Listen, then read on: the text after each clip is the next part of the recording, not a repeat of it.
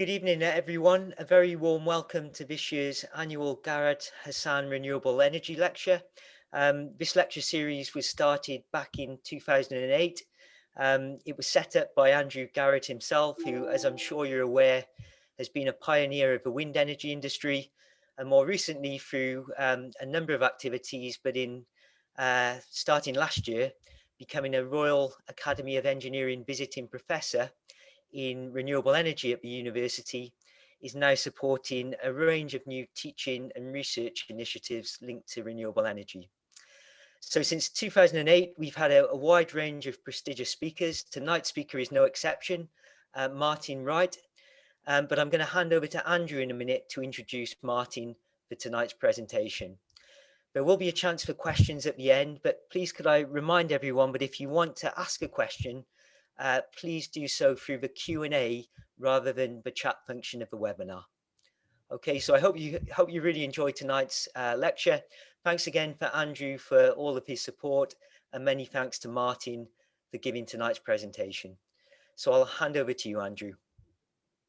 Thank you very much. I'm just going to start my video, I hope. Yeah. Well, it's a very cheap gesture to sponsor a public lecture by Zoom. No traveling costs, no hospitality costs, and therefore no fun, except I very much hope and expect for the lecture itself. We started this series of lectures in 2008, and we've had a couple of fallow years. So this is actually the 10th lecture in the series. We've looked at kites last year, barrages, waves, wind, batteries, and in each case, and today is no exception, we've heard from individuals who've really made a major contribution to the cause. The cause which, incidentally, delivered a gobsmacking 37% of the UK's electricity last year in 2019, which is really an astounding figure. So 15 years ago, it was maybe 2%. So it's really extraordinary what's being achieved and continues to be achieved by the renewable energy industry. In previous years, we heard about renewable energy technology and renewable energy policy, but not much about renewable energy business and also the vital process of innovation. And tonight, our speaker is going to fill some of those gaps. And I'm delighted to introduce Martin Wright, who has spent much of his career avoiding, I would say, the easy options and has addressed both engineering and business challenges on a less well-trodden path, as well as being quite heavily involved in political, very successful political lobbying. He's generated electricity from the tides, and he's stored it by heaving heavy weights up and down a mine shaft, along with several other equally challenging activities. So today's lecture is, and I better read this, Engineering, Innovation, and Early Stage Technology in Renewable Energy, which is, I'm sure, going to be both interesting and fun, despite what I said at the beginning. So Martin, the floor is yours. Andrew, thank you very much. I'm just going to get the video up. Hopefully you can see me now. That's a very generous introduction, and I'm delighted to be delivering this lecture, though I have to say it's been one of the more challenging ones to put together, because I'm not going to try and sell you the technology or indeed tell a load of engineers, teach them to granny to suck eggs, but I am going to try and illustrate some of the issues, the real issues of doing it. Now, by way of background, I'm going to try and share my screen now and kick this off properly, so you know what I've been doing. I was a co-founder and the CEO of Marine Current Turbines. I founded that with Peter Frankel, and that was actually the first of the marine current technology companies in the UK. Subsequent to that, I became an investor and chairman of Mojo Maritime Limited, which kept me very firmly in the seafaring arena, and that was an interesting journey. And we sold that company. Together with Peter, with whom I still work very closely, we founded Gravitricity Limited, which is the company dealing with grid scale energy storage.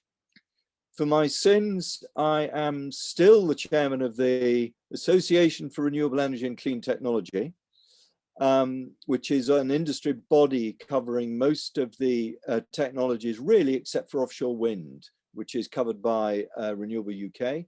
And then I got inveigled into a very different sort of company, as both eventually as CEO, but primarily to start with as a non-exec and investor. And that's to do with, in a word, turning houses into power stations. And so I've moved through marine energy, energy storage, and now this is a slightly later stage company, which is integrating solar and heat and storage for buildings in the built environment. Prior to that, I spent time and survived as a venture capitalist. There's a whole story around that. And then right at the beginning, I started out driving ships for the Queen.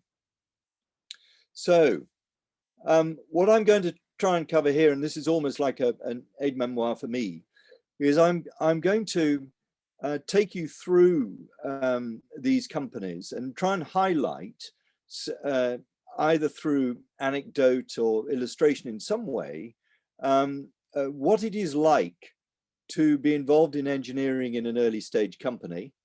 This isn't a lesson in process or anything like that. It's going to show you the slightly more real and haphazard or seemingly haphazard approaches.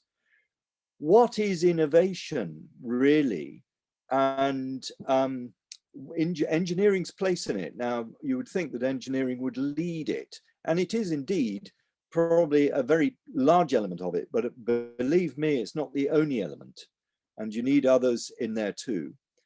I'm going to touch on the relationship between engineering and commerce, because whatever you do in these companies, you have to keep the focus on what are the commercial drivers. There is a very fine balance too between engineering and finance. And for those of you that come into this world, that is a really dominant factor that you've got to know about, but also keep under control.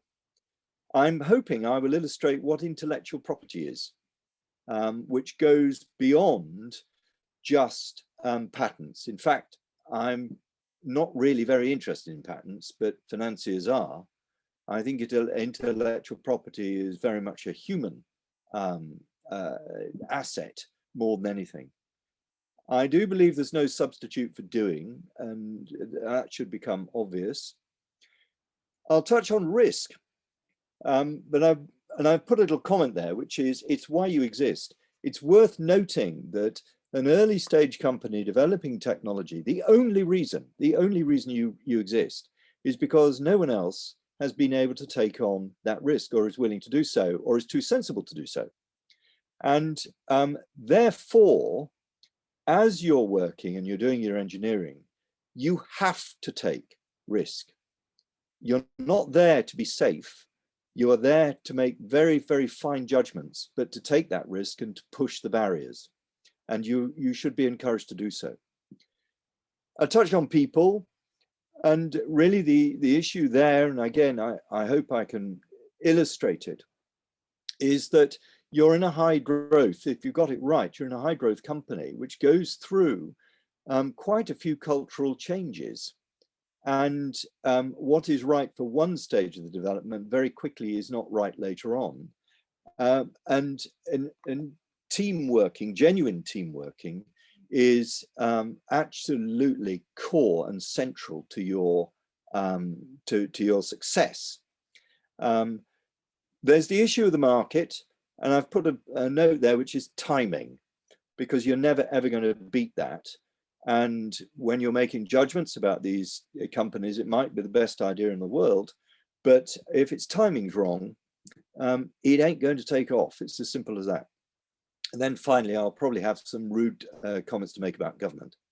All of this, of course, is with the benefit of 2020 hindsight, and maybe in some cases a chance to reflect and not be quite so punchy about some of the views.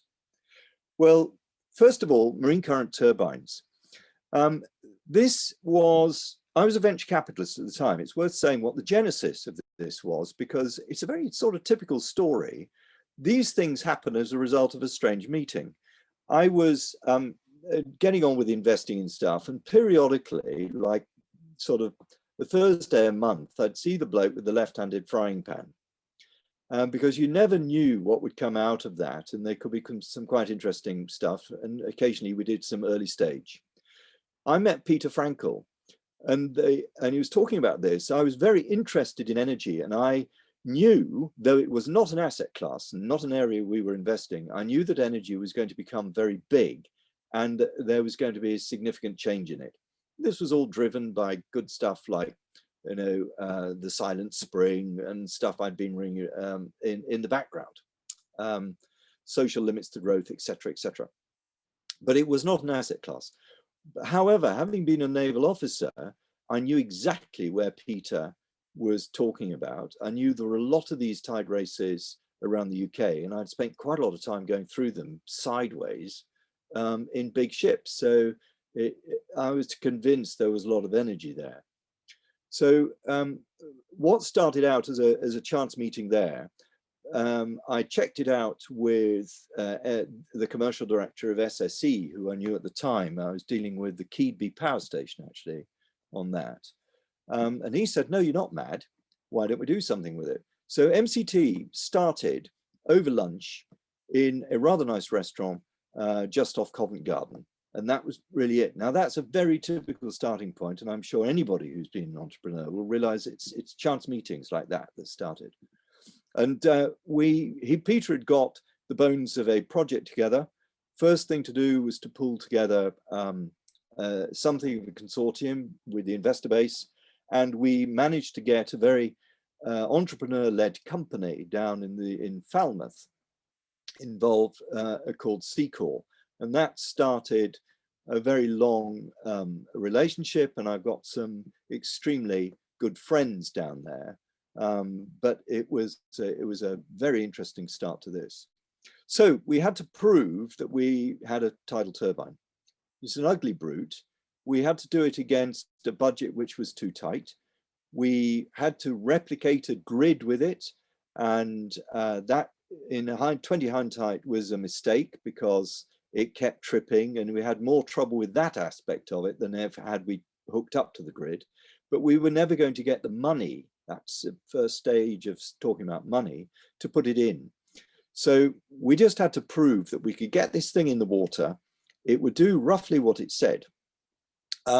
Certain aspects of the engineering, I'll try and use my cursor. If you look at the blade here, when we started out, and this is illustrative of how you've got to think on your feet and in the process. When we started out with that blade, we were going to build it like a ship stabilizer, and it was going to be built out of sheet metal, and it would have a rib structure and a main spar. It very soon became apparent that as you're turning this in the water column, that you get a panting action, because you've got a static pressure between top dead center and bottom dead center. And it's significant. So you were going through about certainly one atmosphere, and maybe a little over. This would cause the blade skins to detach. So we had to work out how you were going to put that together. We had fatigue life issues, and it was all becoming impossible. And actually, it was in danger of sinking the whole thing if we couldn't solve it. We had to look outside the box. We couldn't see it ourselves. And we thought, well, can we use fiberglass? And nobody had a clue about fiberglass. And most of the companies dealing with it were just building yachts and things like that. We chanced upon another entrepreneurial company. And here's a recurring theme. Entrepreneurs can't help helping other entrepreneurs. They somehow recognize a fellow traveler. And this was Aviation Enterprises, run by a one-man band who was utterly brilliant with carbon fiber. And so we dodged the bullet. We managed to get these blades built. and they had aspects about them which led on to the subsequent design. So this project really got us going. And a comment about government, we had a government minister come down. I can't remember which one it was, because I think while we were doing this, we went through more than you have hot dinners. But one of them came down and he said, "Oh, marvelous, brilliant, love to see it." We'd taken him out in the boat. He thought this was the best thing since sliced bread. We then said, "Well, what about a grant for the next one? Because we want to go bigger." And they came back and said, "Oh, we've considered it." And the answer is no. That was where I had to go and play merry hell. And I said, well, it's very simple, really. Either I'm going to go public with this, or you reconsider what you're doing. And they said, "Oh, okay, we'll reconsider." So that was with a bit of help, it has to be said, from, now I'm trying to remember, Andrew would probably remember. Anyway, the people at Harwell who were running the grant programs at the time. So we did manage to get to the next stage. I put this slide in because I did say earlier, I want to emphasize, you need to go out and do it. And those are the real conditions. And unless you are in a vessel out there, you're feeling the wind, the rain, and the conditions, you really don't have a proper appreciation of what you are engineering for. There's a certain amount you can do in tanks, and it's important to do stuff there, but there's nothing to substitute actually being out and understanding it. And that sort of gets into your soul as to how you're going to innovate. The next thing we built was SeaGen. This was a twin rotor machine, and you'll see a picture of it there in Hahn and Wolf. I talked about the blades. We'd refined that, and we actually had a flooded blade system. And we'd also, they were much bigger, the loadings were higher. We had to put a lot of effort into the hub, and you'll see we have a twin blade. Our logic of that was that we would make it much easier to handle at sea. The other thing we did with this was we set some parameters to design to, and this is exactly the sort of thing that skunk works do. I didn't know it at the time. We just did it because we were trying to concentrate on the market. And we knew that the tide races were all in places where you did not have necessarily good port facilities or trunk roads. And you needed to be using the smallest possible vessels because vessel costs are related to the size and capability. And we needed to be able to get a drivetrain off and to a dockside and then onto a 30-ton articulated lorry, which could operate on B roads. So that became part of the design envelope that we were working to. As a consequence, and again, this is where we were struggling terribly with the gearbox, because the gearbox was killing our weights straight away. And the engineers were scratching their heads. We were all scratching our heads. And one of us, I've got a feeling I said something as a throwaway comment, which was, well, why don't we look at helicopter gearboxes? And my thought was that helicopters have got to be light. They have to put a lot of torque and an awful lot of transients through the gearbox, and it's got to be very reliable. And obviously for a helicopter, otherwise it tends to spoil the pilot's day. And I thought, well, maybe there's an idea there. We ended up working with a designer in Wales and who was working with a production facility and gearbox builder in the Czech Republic.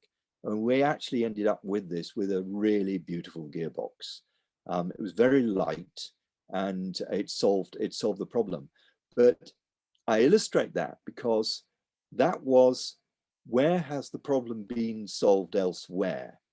What is there out there? I am a huge fan of plagiarism. I think that is how you make progress. You don't invent, you do invent, but you think you've invented, but actually what you've done is you've found something that you can refine, change, or adapt and apply to what you do. And it's a really, really important characteristic to have, to be able to look outside what you're immediately doing to seek the answers elsewhere. So I'm not going to labor that any more on that one. The next thing that we came up against was Strangford. And if you look at this, the second slide, the right-hand one, that's actually when we got the machine in the water, but it illustrates the strength of the tide. It was running at a heck of a rate in there. And that's what we wanted, because it gave us an awful lot of energy, and it gave us the challenge of how to put it in the water. The challenge, and the same applies to offshore wind and everything, of these sites is that you're deliberately trying to put devices in a site which are high energy, and you have to overcome that very energy in order to get it in. Now, getting that crane barge in was a huge issue. And in fact, SeaGen in many respects was extremely close run.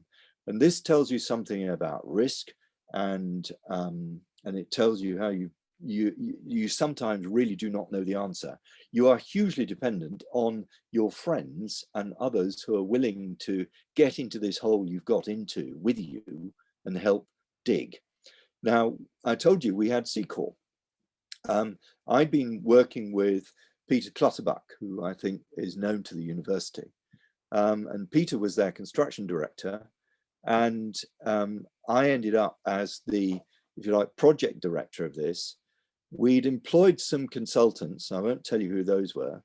They were full of arrogance and telling me sea stories of the North Sea and how they could do it. And they were utterly useless. They nearly got the construction barge parked on the rocks, and that was just appalling seamanship, and I could see it because I spent time driving ships in tight places, and they were not able to get it hooked up onto the moorings that had been laid. So by the time this lot, and this was Rambiz, it was run by the Belgians, they were superb, and they're great people. They managed to get SeaGen in the right place, but it needed to be fixed to the sea floor. And we needed a construction barge to do that. And that was a mess. So very quickly, I ended up with a project which was in a great crisis. In fact, what I'd just done is I'd put an eyesore into an area of outstanding natural beauty. And I hadn't at that time got any idea how to put the thing in properly. So, and I was also up against the warranty surveyor who could have shut us down. It's notable, the warranty surveyor was a fellow called Richard Parkinson. He said, I think we're going to get this in. It's important it goes in. And he very deftly wore two hats and was very good at what he did. Actually, he'd bid for the contract to help us put it in, to consult, and I wish I'd taken him on in the first place. But actually, as it happened, he was in the right place. Peter was helping, and Seacor were really helping in the background as well. And the Dutch put me in touch with a barge master. I'd rung them and said, look, these are the circumstances, can you help? And they said, leave it with me. 24 hours later, they happened to have one of their guys coming back from Brazil, and they said, meet him in Belfast. He's the man you want. And I think I spluttered for a moment and said, well, is that the only choice?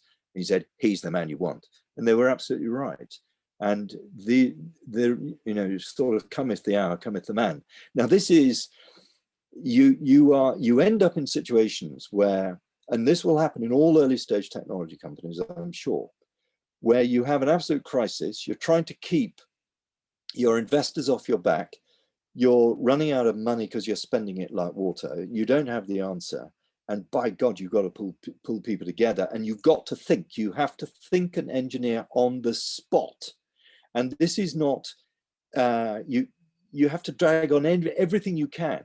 This is not, it's a disciplined environment, but it's also an environment that is demanding that you think through the answers, wherever they might be, and you put that forward. And if your team is good, they start, it's like training any team, they become very good at what they do and they get much faster at it. And we had several other things during the course of this to finish. It was a long process. We managed it, and I haven't time here to go through everything, but I want to, hopefully I've illustrated that this was far from straightforward. You keep it under the lid, and you need to use ideas that you had not considered before to do it. I go to the next thing now. Here, I'll just make a couple of comments concerning, and this sort of really touches on differences in culture. And it reminds me of that. We spent a lot of time working out whether we should have a 3-bladed rotor or a 2-bladed rotor. And we went for 2 blades, and the logic should be obvious from there, which is it made it much easier to handle. You could get a vessel underneath it in that position, and you could handle the drivetrain if you needed to take it off. But there was another reason as well. The 3-bladed rotor came about with wind turbines because it improves the efficiency. And the thing you need to realize about a wind turbine is that it spends a lot of its time actually on its power curve. And when Siemens took over marine current turbines, their wind people got involved with this and said, oh, it's got to be a 3-bladed rotor. They did not have experience of operating at sea and of handling things at sea. And they thought that they'd better put it on because the rotor would be more efficient. We'd gone through this, and because with a tidal turbine, you spent most of your time at the top of the power curve, deliberately spilling energy because you were running then in speed control. You didn't need the ultimate efficient rotor. What you needed was something that was robust and easy to handle at sea. But culturally, they weren't going to listen to that because they were right. And I would say that you always have to have with, and it's a recurring thing, you have to ask yourself, are you being a busy fool? Are you right? You never know for certain, but you must always have the ability to question whether you are right there and not be dogmatic about it or driven by your culture. In terms of engineering to solve as well, we had a big problem with that crossbeam and the interface between the crossbeam and the pile. And because you get a motion between it. Now, the first design was looking actually at having separate arms. And that was not going to work because you don't have the link between the two. We saw that you could use the equivalent of a milkmaid's yoke to balance the loads. But we needed to go back to, we were thinking about welds. We couldn't get the chocks to work. We had appalling fatigue life. And in some frustration, I'd been going through Waterloo Station. And so I'd said to Peter, I said, Peter, there's got to be an answer to this. Look, you go through Waterloo Station, look up at that roof. It's survived the Blitz. It's been up for God knows how long. They didn't have decent metal and they were using rivets. I don't know anything about rivets, but the damn thing's up there and it's got a long fatigue life. So what's going on? And that was the trigger where he and our then engineering director said, oh, and I remember a conversation in the pub. The pub is a great place for this, where on the back of a beer map, we worked out how we would deal with the chocks. And it went back to using a bolted section. I won't go into the end of it or whatever, but all I can say is it worked. But it was a chance observation, a chance remark, which tipped you in that direction. So SeaGen there. Now the second slide, this is where we got the balance between finance and the engineering wrong. Because we got this in the water and I was running out of money, the investors were saying, until you produce your test results, we're not putting any more money in. And so there was intense pressure on the engineering team to get the machine commissioned and to run it. One of the things we needed to test very carefully was the protection system to break the rotor in the event of a runaway. And that worked in one direction. when it came to the second direction, it started to run away, and they hit the manual stop, but the rate of runway was so fast that a manual stop was irrelevant. You couldn't hit it fast enough, and one of the blades broke.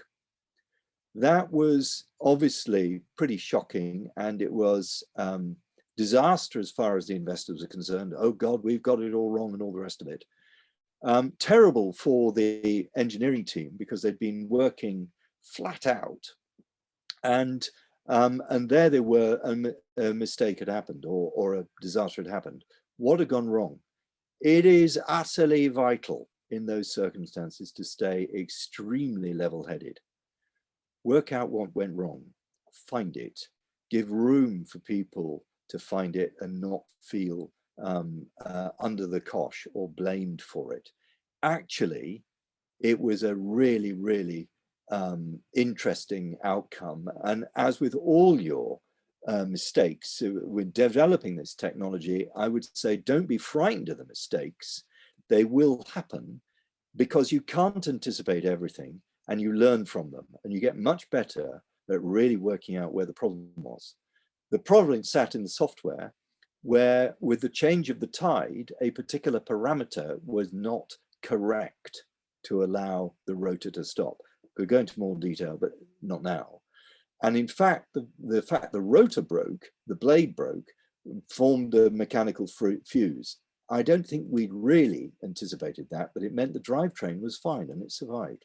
So we learned something about the robustness of it. So mistakes happen.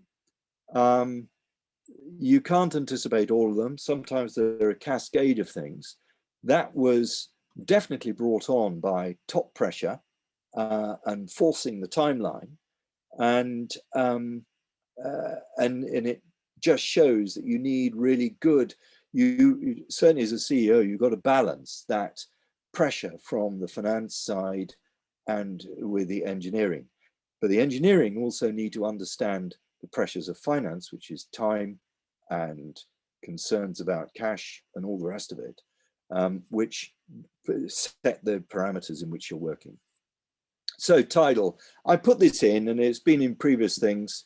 It just gives you some of the ideas of what we had to think about.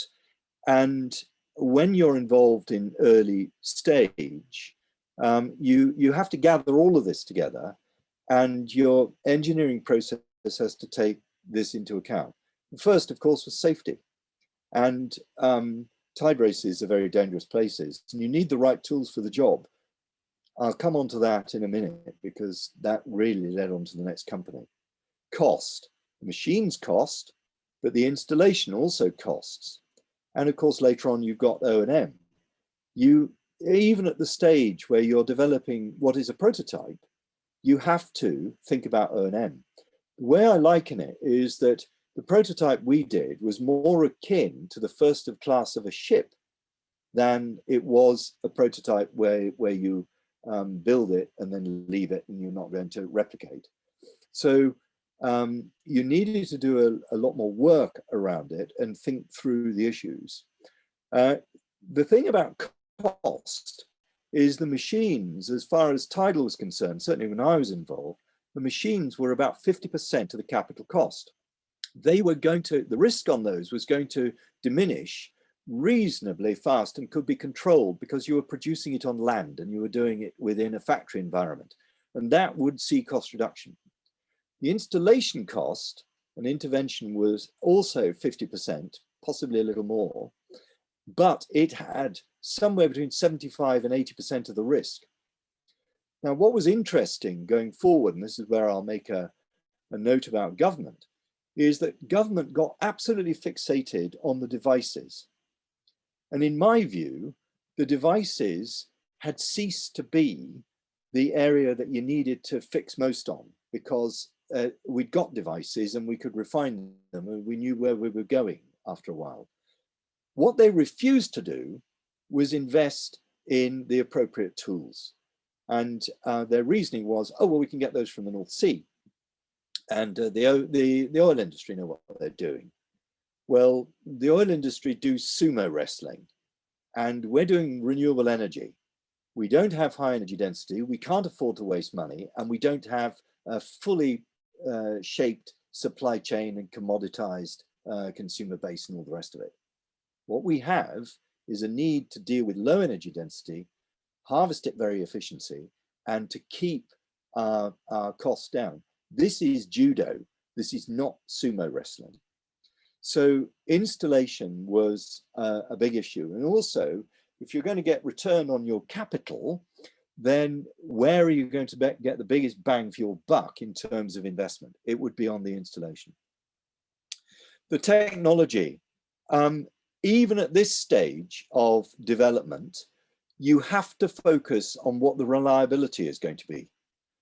And because you're going to be asked to give performance warranties, even before, even before the thing's out the egg, so to speak, you've got to think about those. Who's going to give them? What's the shape of the balance sheet, etc. You cannot ignore this. It has to be part of it. And it's important that those in the engineering team realize it as part of it and not secondary. And then you're going into a market which is not established. So there, in a sense, there's no incentive, because the market's not established, to develop new tools. You have to think how you're going to do it. And remember, investors have plenty of other opportunities. So that, I think, shapes, I've sort of cantered through it and given you a little bit of a view. I'm next going to talk about Mojo, because we moved on to that when we sold, basically, we sold marine current turbines to Siemens, and they got on with it. And sadly, they put, I'm going to be very rude, they put MBAs in charge who manage things as opposed to lead them. And they're very good at assessing risk, which with an early stage company will say, don't do it. And sure enough, they ran it, I think, into the ground and did not build on what they'd got. But that's me being, it probably sounds slightly sour grapes, and I'm sorry about it, because an awful lot of effort from Peter and I and our team and our investors went into achieving that. Now, after I'd finished there, I was casting around as to what to do next. And Richard Parkinson, who had been the warranty surveyor on for SeaGen, he, I knew, was running this little company called Mojo down in the southwest. And he said, Martin, I've got an idea. Would you like to help me? And he needed some investment in the company, but he also wanted to look at the very issue of how you operated in a tide race. And I'd been thinking about it. And again, there's a recurring theme here. I met Richard in a Thai restaurant over lunch with a delightful Dutchman who had run ROVs and was connected, very well connected into the Dutch marine industry. And we put together over that lunch what we were going to do. And we put some ideas down as to how to solve the problem of operating in tide races. Now, when we did Seaflow, we had one of these things, a jackup. And I do remember, and Peter will remember only too well, that Deep Diver sitting in the tide race off Lynmouth got quite shaky, and it had vortex shedding on its legs. And this is frightening and is dangerous. And it really pointed to the fact that a jackup in a tide race was not going to be a long-term solution. And we looked at lots of different foundation types. A monopile was going to be the right idea, but how were you going to get it in? So we needed, with Mojo, we started thinking about how we would go forward with it. We realized also with a crane barge from where we were in Strangford, that if you were going to do a commercial array, and this is sort of emphasizing the point, where were you going to anchor the thing? How could you put it in? And moreover, you couldn't quickly go out, put this on its moorings, and either change out or service or otherwise fix one of the turbines. And if you were going to operate a proper commercial farm, you need to be able to get there. In other words, just look at the wind industry. They need to be able to intervene quickly to keep up energy capture. and deal with it.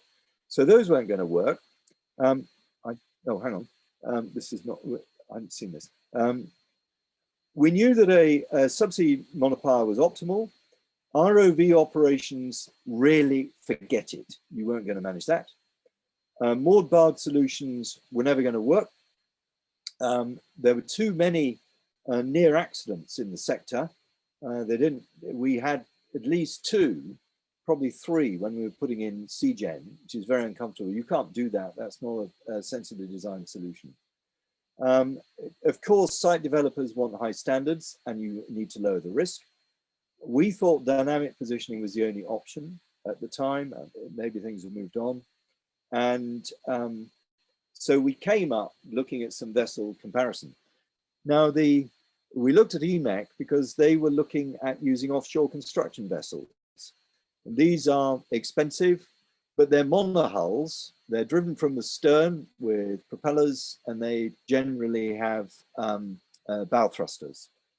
And that gives them a limitation to where they're going to operate. So for instance, the North Sea Giant, which was one of the most capable at the time, could only sit in a tide race up to 5 or 6 knots. And Olympic Zeus, which was more typical, could do 4 to 5 knots max. Now this is the North Sea for you, the oil industry. They don't operate in tide races. And be very careful. Well, having said, I'm almost saying the thing backwards, but I've emphasized that you need to look outside the box and outside your immediate area to find answers. But equally, be careful that you're not assuming things about the environment you're going into. This just shows you here where the what is the tidal speed, and this shows you where you had the working time. So you could only work with these vessels in slack water periods. So that's not going to work because you've got a vessel costing you 100,000 a day, and you need to be working 24/7, and you need to be doing stuff fast if you're going to get the costs down. So we needed to develop a vessel which could do 8 knots. In fact, we got it to do 10. It's a catamaran, and it has a tractor drive. So instead of, in other words, we worked out from really our collective seafaring background with various vessels, how you would design a vessel to operate in a tide race. And if you can do 8 knots, then you can work for the full period. And that was what was required. And we developed the HF4, as it was called. And that was the high flow installation vessel, HF4. And we put together, you know, with this idea sketched out, we went out to form a consortium. We formed that consortium in 3 months, and we did it without any financial projections. Now, that's really interesting. It's interesting because everybody involved that we'd approached, and they were all connected to the industry to form the consortium, could see that this was the answer. It leapt out at them. And that, to me, is indicative of something which is good design. And so you've answered the question, you've internalized what the market needs, you've identified the problem properly, and you've come up with it. It was a very exciting time. And so I'm just going to see where we are. So we had a systems approach. We had the vessel, we'd worked out the tools. We were working with Bauer for subsea drills. We knew small size was vital, and we knew we had to have a multi-role capability. In essence, we had produced a pocket offshore construction vessel at a massively lower cost. And it all went back to having, the reason I invested in Mojo and got involved is I had a huge respect for Richard Parkinson, but he had a great team. And that team was constantly, the reason they could exist and they were getting the work they were doing and they were punching well above their weight was because they could innovate and they'd look at the problem and come up with an interesting solution. This was just one of the things we did. We were doing stuff for cable laying and in offshore wind. We were also coming up with solutions for indeed the programming and the use of vessels out there. And we developed a a version which had sort of elements of Microsoft Project, and it was a piece of software which allowed us to put in vessel characteristics, weather, and we could then design the whole installation program to minimize risk, as a result, minimize cost, but importantly for offshore wind, get the projects moving faster so their revenue was higher. So we were solving the problem from both ends. The result was that Mojo, when I invested, their biggest contract size was typically about £30,000. It was tiny. By the end, we were winning technically on contracts worth somewhere around about €3.5 million, because for people like Vattenfall, but we did not have the balance sheet to take that forward, and the company was getting stressed at that. So ultimately, the company was sold to James Fisher successfully, and they took their innovation, and the whole idea from James Fisher's point of view was that they had the balance sheet and they had some more heft, and they would do it. The reason I mention that is that it sort of segues to these early stage companies have a natural life cycle. And I mentioned earlier that you have to grow with them. So taking a little company, which was a very tightly knit team of about 5 or 6 people, by the end it was closer to 25, had to be organized differently, managed differently. It had a different feel to it, and then it was going to yet another stage and scale. So you're not only growing the business in terms of turnover, and you're increasing profile, you're increasing risk, you're doing it on a small balance sheet, and you're changing the culture of the business. And it's vitally important to keep the spark of the innovation in there. And that sits in your team. It doesn't sit in patents. It sits in the ability to solve the problems. And I would say that in my view, that's the best way to look at intellectual property as well. Intellectual property is it's the ability to generate the ideas, to collect, properly identify the problems. Believe me, that's the start of it. Secondly, to then come up with solutions on that are clever, and to hold that there. Now, I remember just going back to marine current turbines. One of the things we emphasized to people, and it came about as a result of a conversation in the pub, we were getting our competitors appearing. They were popping up because we'd had a go. It's always the way. And there was a tendency, particularly at conferences, after a couple of drinks at the bar, to say how clever you were. And in the course of the conversation, if you weren't very careful, you were giving your competition an insight into how to look at the problem. And you'd sweated blood to understand what the problem was. You hadn't given them the solution, but you have highlighted how to look at it, and you just handed it over. So I used to say, and well, I kept banging on about it, I'm sure, is, loose lips, etc. Just don't give somebody insight into how you solve the problem, because that's your intellectual property, not what's written down on the patent. That's useful to investors, and sure, it's a file that goes to them and they can value it. But the real thing is understanding the problem, and then having a process, whether it's written down or not, as to how you're going to solve it. So anyway, that's just showing you what we did in Mojo. I was very pleased with that vessel. Unfortunately, when we got to it, the problem was all about the financing.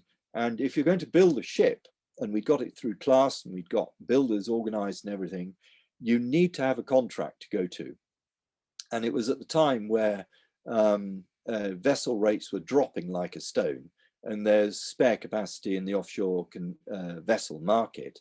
As a result, there was a tendency for others and for the marine industry to continue using chisels as screwdrivers.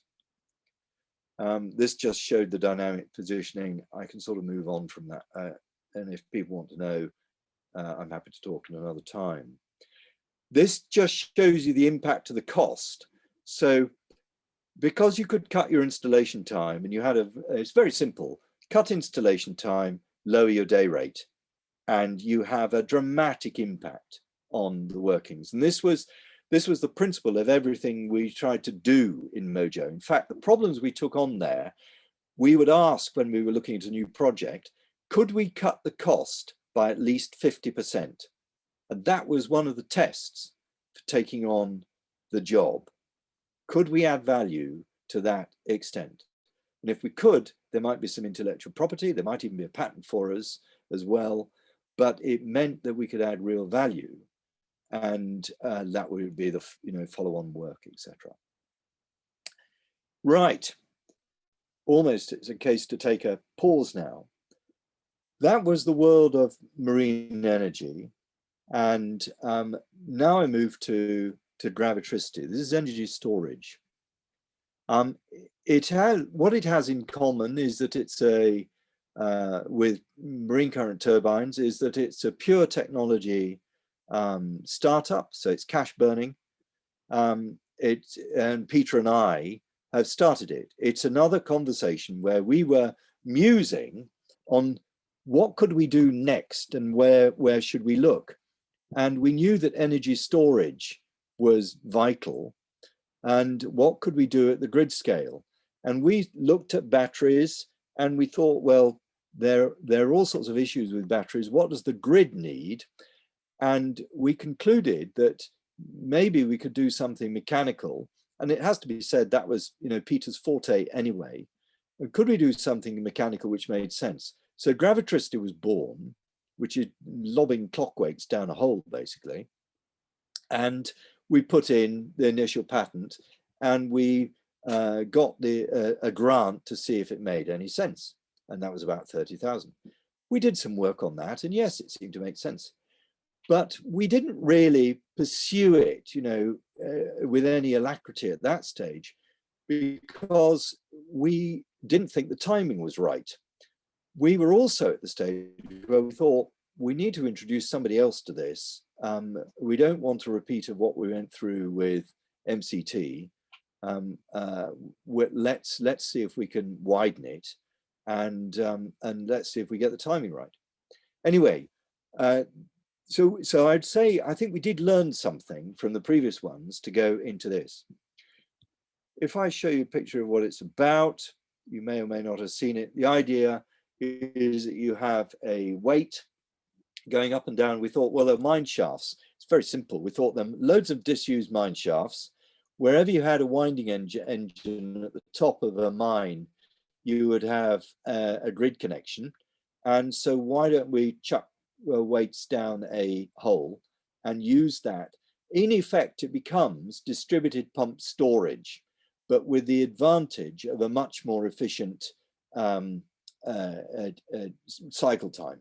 So this would be around about 80–85% efficient on a round trip compared to a hydraulic system. So it sort of came out of that, and we developed it a bit further, and we were dealing with, we knew a chap called Charlie Blair, who we'd got on very well with, who at that time was working in the Carbon Trust.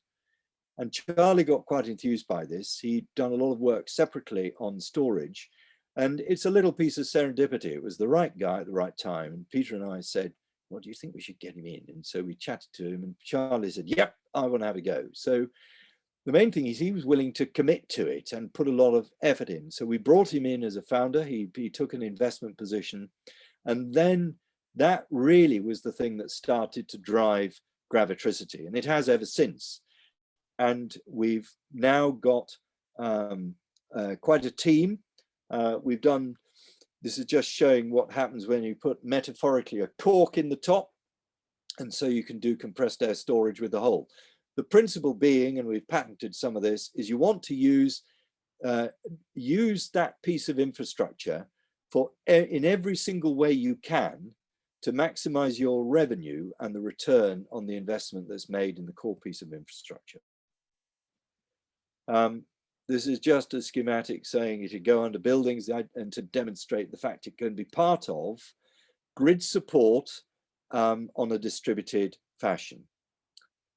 We're showing here very quickly that you can store or how much energy you can store. Now this in some respects, now might not seem a lot, but what we're delivering is the ability to deliver a lot of power very quickly, 20 megawatts in under half a second, the ability to deliver less power over a longer period of time. We provide inertia because you've got a heavy weight, and that allows us to do both voltage and frequency stability. And if you look at the services that the grid wants, we actually fit a spectrum of services really very well. And we can do things better, arguably better than batteries, and we have a very long life. So that's been understood by our investors. We've done 2 rounds of finance.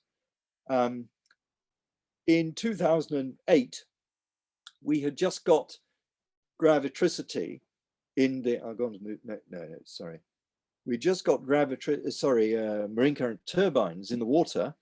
I was as proud as punch as that. We had raised money at £6 a share in March from a new investor, which was the ESB in Southern Ireland. And then our investors said, oh, the stock market's collapsing. They saw the chance to do something. The next round came in at, I think, 50 pence. And that was the effect of the financial crash. Thereafter, we had to raise money during the course of 2009. It was murderous. And we were being eaten by the turbine. We were trying to keep the team together and all the rest of it.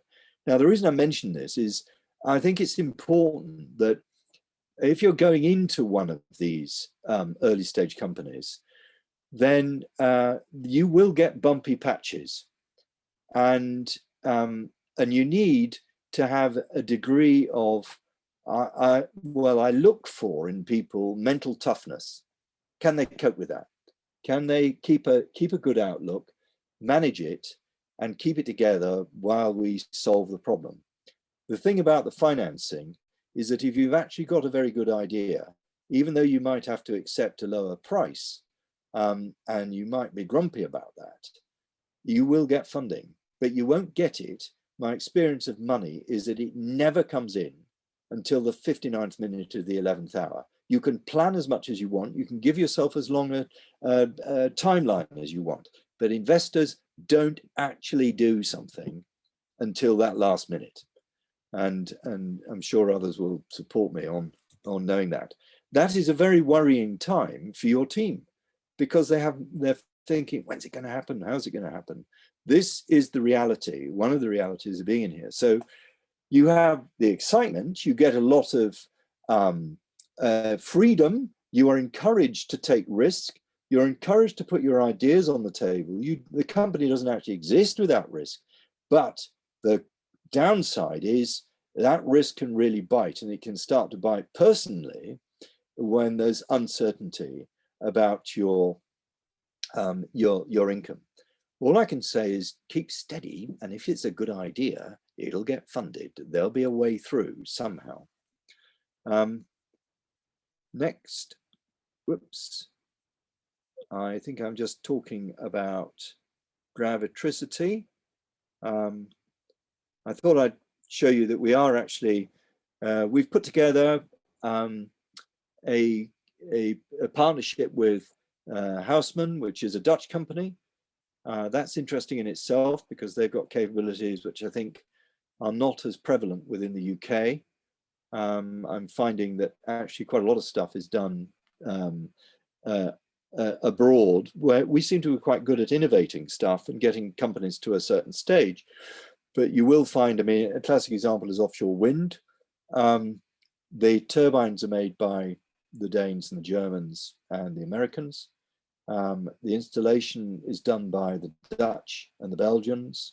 And really all we've got are the sites. Even the power electronics are done by the Germans and the Swiss. We don't hold those core skills within the UK. And in planning and thinking about these companies to go to an exit, then you have to look more broadly than the UK, and you have to look more broadly at the shape of external markets as well. Coming back to this, we're at the stage of doing the technology validation, but a lot of work is going on to find the early projects. Believe it or not, we have conversations going on in South Africa and in Germany and in Poland. There are one or two here in the UK, but we're more likely to get partners abroad, actually, than we will here. And we'll choose one of those that we can do as the full-scale prototype. I think the first one will be done in the mine shaft. We're certainly working with a German company, which is a leader in tunneling, on shaft sinking and how we can effectively commoditize that and choose an optimum size to do it. The range of things that you get involved with is going to be far wider than necessarily your core skill, and you'll need to have a good. Well, I would encourage you to find out all you can about what your colleagues are doing in other areas, because it knits a team together. I was talking the other night, in thinking about this, I was talking to a colleague of mine who was actually a submariner, and I hadn't really thought about it before, but I said one of the things about a lot of companies, particularly those that are bigger, is that they're siloed in their thinking. So you'll find the engineering isn't necessarily fully au fait with what's going on perhaps in the marketing department, or in finance is just a source of funds and pays your salary. It's not quite as defined as that, but there is this slightly siloed thinking. He said, well, the thing about the Navy is that you're all in exactly the same vessel. So it is the captain cannot make decisions concerning warfare or the use of the vessel or the options open to him unless he fully understands those options. So a lot of time is spent teaching a warfare specialist and seaman specialist about his engineering. The engineers are taught all about damage control and about the decision making that is needed on that. They're taught how can they ensure that the command gets what it needs. It means that there's a culture of different parts of the organization genuinely understanding the others. Now, in thinking about this whole lecture, one of the things that triggered it was the fact that I believe, and certainly in the conversations, we don't have enough engineers in senior management. And that's partially because I don't believe engineers are properly valued, and they should be, compared to finance in particular, and marketing, which is just more noisy. But also we are missing out in having that expertise which properly informs and refines decisions that are made at the board level. So I hope that actually one of the purposes of this was to give you a little bit of visibility of that and to encourage you to look beyond your core engineering into wider areas, because I think something more of the, I'm going to say the Leonardo da Vinci mindset, it would be hugely valuable. And when I say what I think the opportunities are going forward, you'll see why I think that. These are just some pretty pictures of where we are with Gravitricity. I have to say I'm rather proud of this. And for anybody who's interested, we're going into our Series A funding, probably in the next 6 months. And this has got really serious now. And we've got a lot of interest around it. Now I can say that because it's timing. Sorry, I'm jumbling stuff up. I mentioned at the beginning that you don't get anywhere with the timing unless you have your timing right.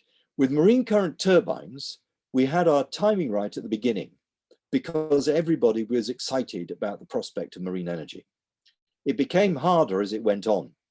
because the zeitgeist was moving against us. Offshore wind was coming through, and that was where the big balance sheets were getting involved. And it was becoming increasingly difficult to raise money for marine because just the focus had moved. All right. In this case, there's a lot of focus at the moment on energy storage, and there's a lot of focus coming on to distributed energy. We tick both those boxes.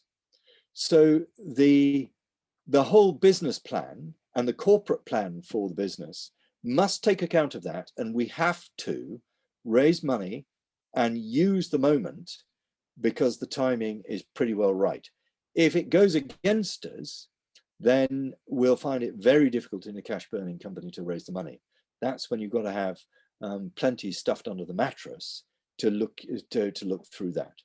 But it is a process. The board of a company has to consider what is the right shape of the balance sheet going forward. Who are the right partners? Who are the people that can take it forward? For instance, in this, we're already thinking about how do we work and how do we get the right investors in such that we become a very good entity and can take counterparty risk, or we represent acceptable counterparty risk to project investors. Now that might sound gobbledygook to you. Fundamentally, can you pay your bills? Are you going to survive? And that actually becomes an increasingly dominant part when you've had your whole focus on actually trying to produce a really good machine.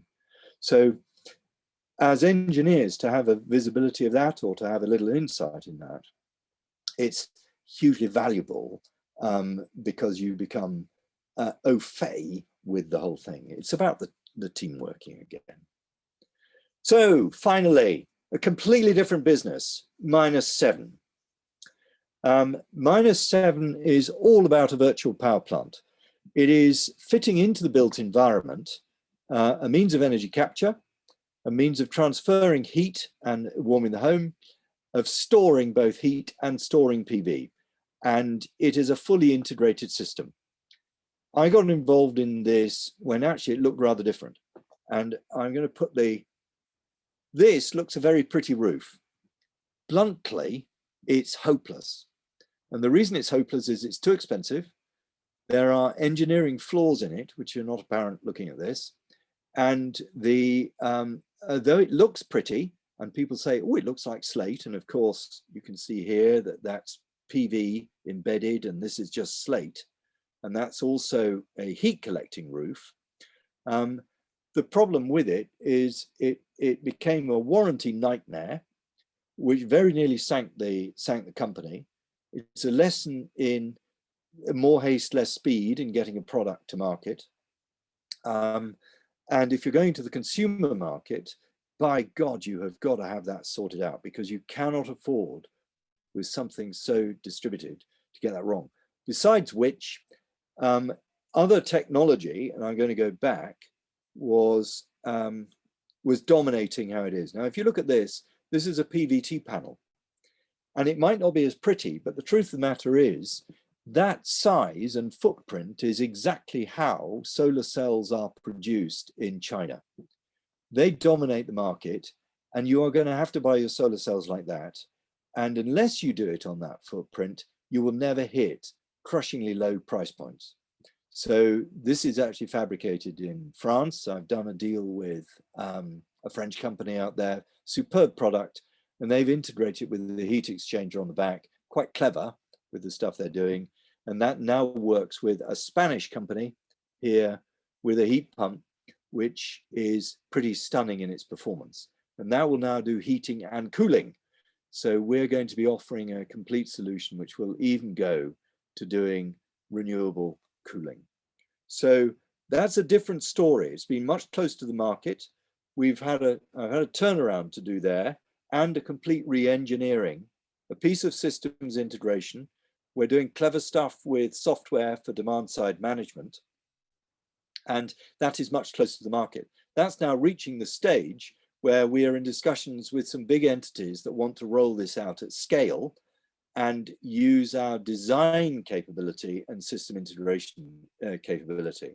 Hopefully, he says, that will come off and this will start to move under a very considerable brand name. Next thing, sorry, I'm not going to say much more about the companies I'm with. Just another, and I hope this isn't teaching granny, but a very simple insight. I'm doing stuff at the moment with the Faraday Institute, and they're asking me to look at some of the ideas coming out of universities about technology, and at a very early stage where you're looking to form companies around the inventor and the idea to see if you can take it forward. I've always gone back, if I can, to the physics, to understand the physics. The principle being that the economics will eventually always follow the physics. So there's no surprise, and I'm hoping that Andrew agrees with this. The reason wind got going first is, first of all, you could do it on land. And secondly, you had a fluid which is less hefty than water, but nevertheless, you have the V cubed, velocity cubed function, which means as you engineer, even though your area goes up at the square, as long as you can get sufficient wind, you improve your energy capture according to a V function. The problem, I would say, and the challenge for gravitricity is where we do not have one of those terms either as a square or a cubic. We're dealing with a linear function, mgh. And when it comes to heat pumps, I'm a huge advocate of these. We ought to have them simply because and they will win because you cannot argue with the fact that they're between 300 and 600% efficient, largely because you're running the pump and you're drawing your energy from ambient and just transferring it in. So you're not using your fuel as an energy. So when you're looking at any problem, really, ask yourselves, what are the physics? And is there something I can do to improve that or go at it another way, which would afford me a better answer? Right. Really, in a sense, enough about me. I think I've covered quite a lot. I want to give you a little bit of insight on, for those of you certainly who are coming out and are looking for jobs and get involved in it. Here's a diagram, a Sankey diagram of energy use. And you will see here that that is, at the moment, renewable energy. And this is where we are with domestic, and this is where we are with other industry. Whoops, sorry. The things we've got to solve are in transport. So EVs, etc. We do have to solve the issue of heat, and it's really, really important to do that. And this just demonstrates where the problems are, and the problems are where the innovation is required. All right. And distributed energy is going to be huge in this. There are other trends that are occurring now. As we go to decentralized or distributed energy, the locus of power moves to the consumer. And it's quite important you look at these things as well. So in a distributed energy world, you're going to get very different business models emerging in which your technology, whatever you're developing, will work. And the long view, this best illustrates it, is if you look at the changes that occurred, and sadly I'm old enough to recognize the two things on the left there, we went from a world of typewriters and simple telecoms, voice to voice, sold incidentally by the minute for the use of the phone, which has an analogy with buying your kilowatt hours, to now in 2020, which is what, a 35-year period where we have the wonders of your mobile phone, the fact I'm talking to you now, and laptops, etc. And all those business models have changed. A similar revolution, I've called it the energy transition, is happening in the energy world now. So if you're looking at energy, two messages. It needs really capable people to come in and start identifying the problems, finding the opportunities, and getting involved. And secondly, I think is a hugely exciting area. I'm going to leave you with some thoughts here, one of which is Tesla. And Tesla was notable in that at some stage, apocryphally, Einstein was asked by some reporter, what's it like to be the most intelligent man on the planet? And he said, I don't know. Go and ask Nikola Tesla. The modern world owes pretty well, a huge amount of what we have to Tesla and what he was thinking about at the beginning of the 20th century. And I thought this was really quite interesting as a quote and from him. And you can read that. But the reason I think is interesting is essentially, I don't think there's anything new under the sun.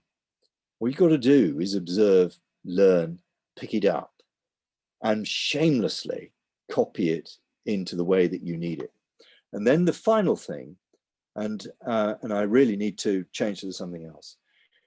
There's a longer quote here, which ends up, and I've taken the final things. Whatever you do, dream you can do it, begin it. Boldness has a genius, a power, and a magic in it. And that has been my watchword. And the moment you start doing this stuff and you start to do something interesting, all sorts of things happen around you that you could never, ever have believed. You find friends in strange places. You find pointers in places. You find supporters. You find answers, and it snowballs. And really with that, I'll come to an end. I'm sure you've heard enough now. And thank you very much indeed. And thank you for giving me the honor of giving this lecture.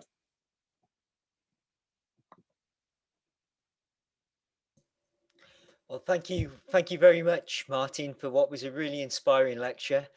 We are running slightly over time, but I would like for those who can stay to allow some time for questions. We've got one question already in the Q&A. Please add any more if you'd like to ask Martin a question, and we'll aim to carry on for another 10 minutes just to give you a chance to ask some questions. So Martin, the first one is from Josh Couchman, who is asking, do you think there is room for multiple forms of energy storage, or is it more likely that one solution will win out? Definitely multiple, because you need different energy densities and different things in places. So very simply, my view is that lithium, which is dominating in the moment and everybody talks about it, lithium is absolutely going to be needed for electric vehicles and things like these laptops and all the rest of it. I'm less convinced that it's needed in static applications.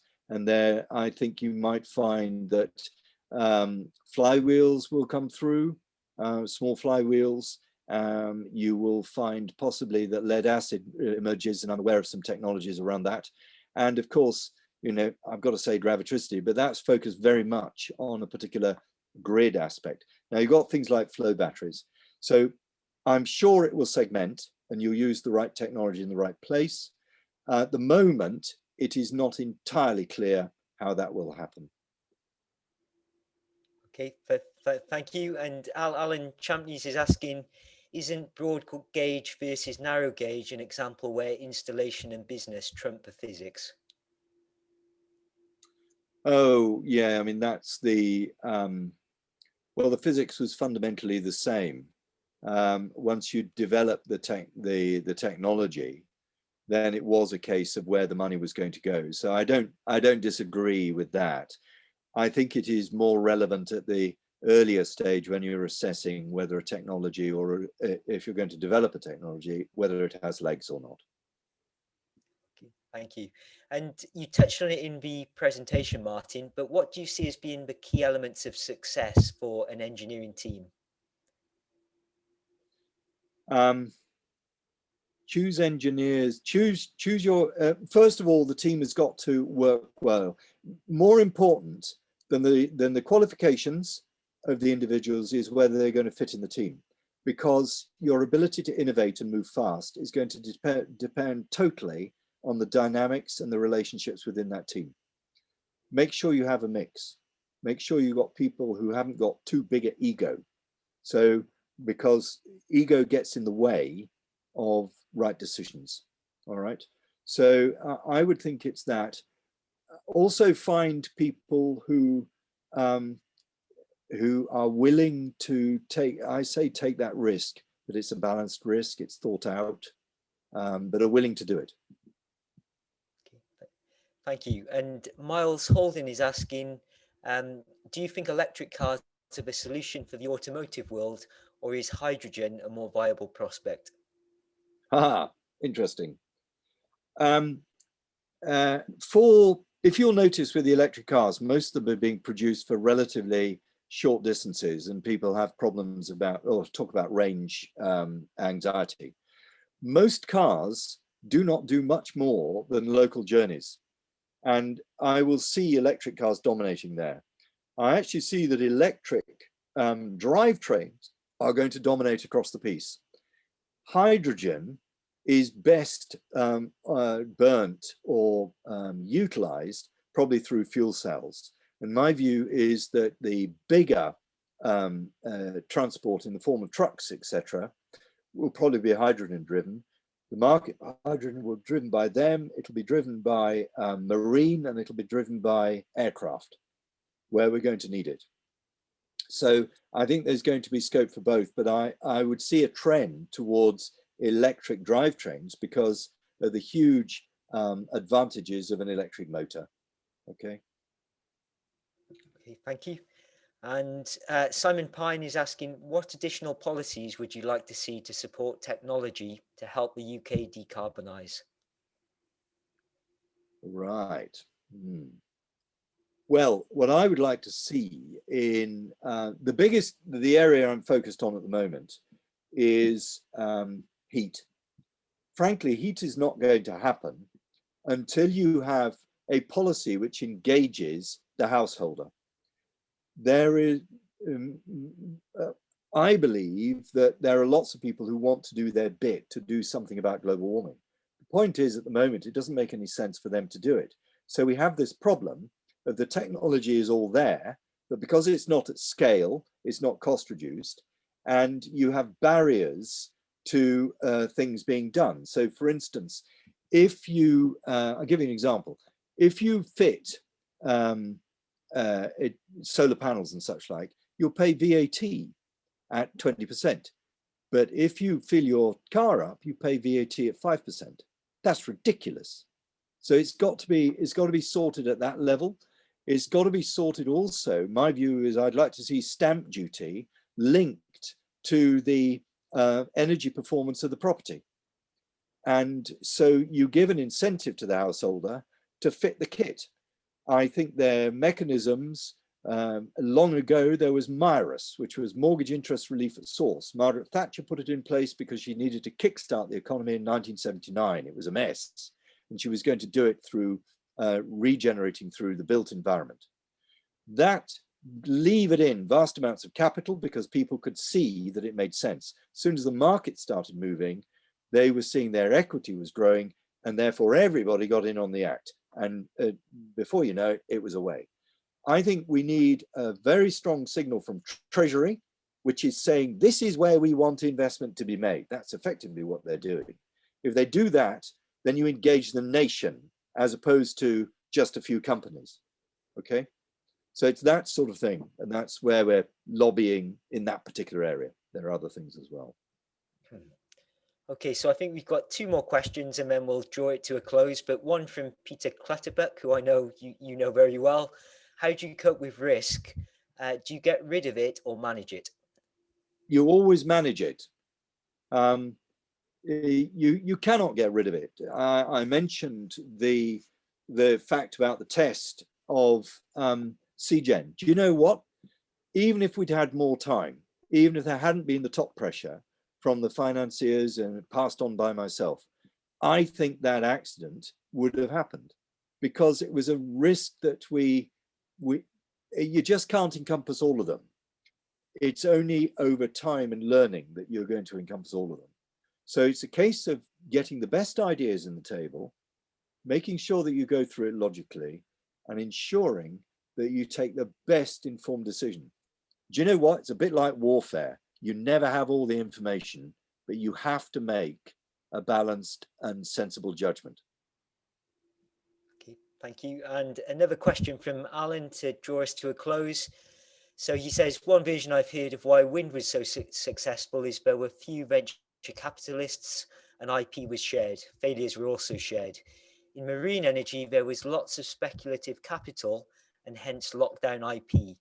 This was ultimately a detriment. Do you recognize this contrast as a possible barrier to innovation? Yes, I do. And in that regard, I'll say that I've changed my view. We need to move fast with not only the technology, it needs to get to the market fast. And we have a problem to solve. We have a big problem to solve with the energy system and with the wider issues of natural capital, etc. And the way to do that is to share IP. And I think we have a very good example actually in Tesla. And they have opened up their patents and they're making certain things available to other companies because they know that's the route to lower the costs as well. So as long as you can put in place fair license agreements and such like, then absolutely. Okay, thank you. And that's a good way to draw the session to a close, I think. So just a few thank yous to finish. A big thank you to the Cabot Institute, and in particular, Vicky, who's been managing all of the logistics and technical elements of today's session. A big thank you to Andrew for again supporting this year's lecture. And last but not least, a huge thank you to Martin for a really inspiring talk and a great insight into both your own career and some of the future challenges facing the engineers of tomorrow. So thanks everyone for attending. We will be making the recording available, which I'm sure will be widely accessed, and we'll circulate that as soon as possible after today. So thank you everyone for attending, and we'll draw things to a close there. Thank you very much indeed. Bye-bye now.